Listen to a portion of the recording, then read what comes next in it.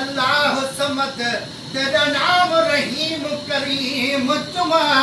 तू वाहिद ला शरीक अज़नो तेरे अब्दी सात कदीम चुमा चल पुछिए पीर फरीद कनू पहले अलिफ चुमाया मीम चुमा जदू अलिफ दा नाम निशान नहा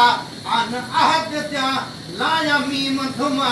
हुण रब को रब मने हर को मशरिक मगरिब उभालमा हे मीम अलिफ दी सुञाण दी मेरे दिल आहदी पहले मीम चुमा रब फरमायो फरमान कया शाहिद सारो तो कुरान कया फरमायो फरमान कया शाहिद सारो तो कुरान कया यासीन शरीफ मुज़म्मिल में यासीन शरीफ मुज़म्मिल में रुको मुझे हबीब जिगाल हुजे रब चाहे तो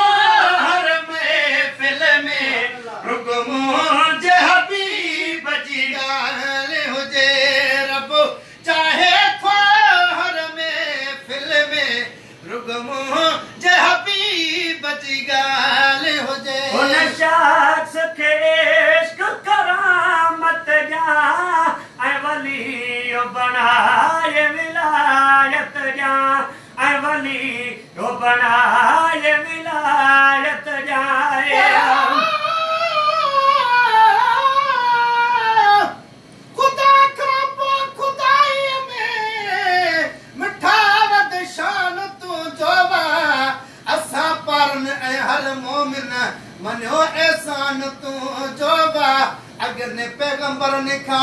आग खई थी अरब जा वाली हुकूमत हेठ भी तुझी मथे आस्थान तू जोवा हर शय कई खुदा तुझे हवाले न्याज पाही चे मदीने जो भी मालिक तू ऐ पाकिस्तान तू जोवा उन शख्स के इश्क करामत जा ऐ वली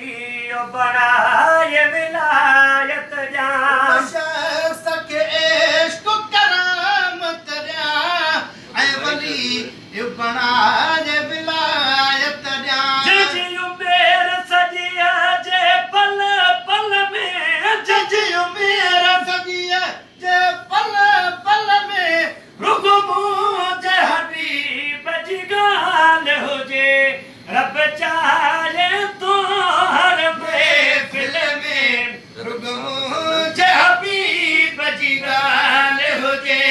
रब चाहे तो हर महफिल में रुको मुझे हबीब जिगाल हुजे ए चांदा इस्माइल वता मोहे बख्शी दो पकड़ा है खुदा चांदा इस्माइल अदा पोए बख्शीदो पक्का है खुदा ए चांदा इस्माइल वता पोए बख्शीदो पक्का है खुदा दुनिया उकबा हर मंज़िल में दुनिया उकबा हर मंज़िल में रुको मुझे हबीब जिगाल हुजे रब चाहे तो